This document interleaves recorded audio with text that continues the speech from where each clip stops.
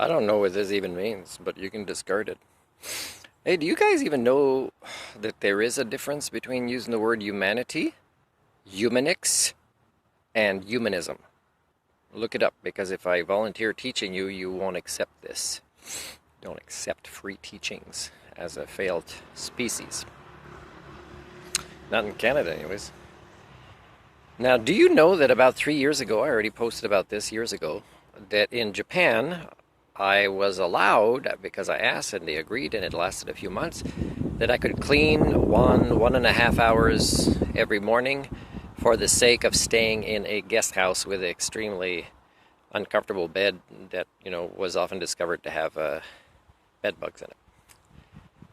Now, and in that time, I'm sending like mail, let's say, to the Japan's Ministry of Education, which ended up, I'm not sure if it's that exact source because I sent information about me at a few different sources, ended up on the website of that PhD on humanics that suddenly included social sciences after my stuff got there. And when I called them on it, it disappeared. So again, there's screenshots before and after. So instead of having all my skill sets, they'd prefer plagiarizing me for things that they are not trained or qualified to do. Now, you might want to criticize Japanese culture, Mr. or Mrs. Canadian culture, but including in BC. But do you realize that they still allowed me to do volunteerism there, and they probably still would if I went in some form or another, in some part of a microculture or whatnot, if not, at the visa level? Do you know, if there is such a thing there, I'm not sure, some countries will spend thousands of dollars to return people in their country, like Norway, if they didn't get a work visa, which includes volunteerism. So talk about... Woohoo! Oh yeah, I heard those stories while I was there. I heard a lot of stories while I was there about how people were treated and they still wanted to stay there, which means woohoo! So, getting back to what I was talking about, because I'm having too much fun sometimes, even though nobody listens to this, at least I know, okay, this is a video diary. It's keeping me sane among the Amo community. Now, you might say, oh, what a horrible country, Japan. Well, do you know that it still means they're less underdeveloped than you here in Canada?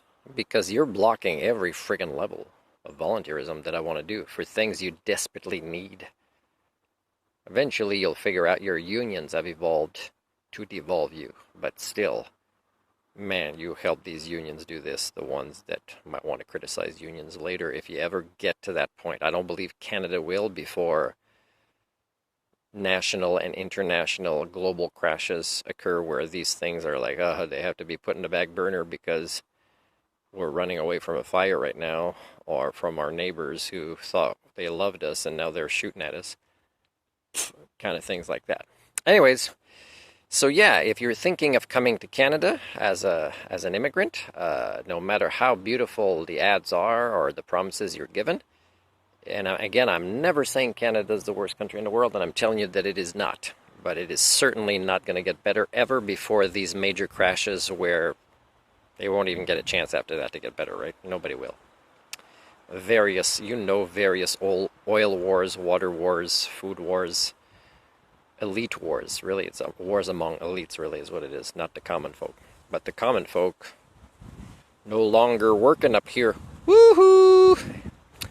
So that means, again, the main villains are not the elites. They're the norm. They're you. They're the ones who allowed the woohoo to happen, that now you can't tell the difference between reality and science fiction. Or magic, or wizardry, or whatever. Or conspiracies that contradict themselves, and yet you believe in the whole thing.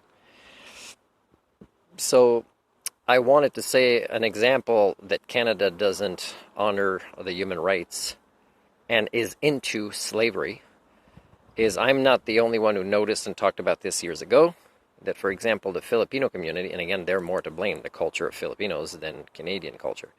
But Canadian individuals know this, and they don't even realize how wrong it is because they partake in some of these behaviors, or they believe it's okay for a culture to make choices to enslave their own kids. So, do you know how many Filipinos, and BC isn't really involved in this because they want to get here. The quality here is so much greater of nurses, as if there's really a way to measure it other than just how many more hoops you got to jump through.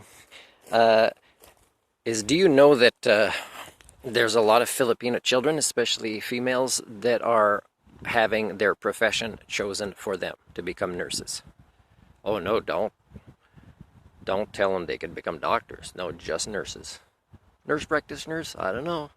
That'd be awesome. Filipino parents, right? That choose nurse practitioner for their kids. Wrong.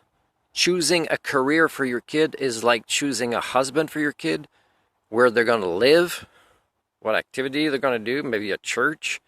Choosing things for them removes their freedom of choice, which means they're your slaves. Your kids are your slave, Mr. and Mrs. Filipino, that you think you're giving your kids a great life.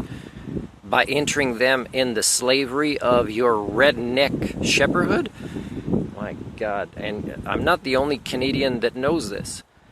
And yet, I seem to be the only one who fights against this and who's talking about it and warns the kids, no, that's not okay. If you have zero interest, but you have a passion for something else, and your parents you might want to fire your parents or take them to court.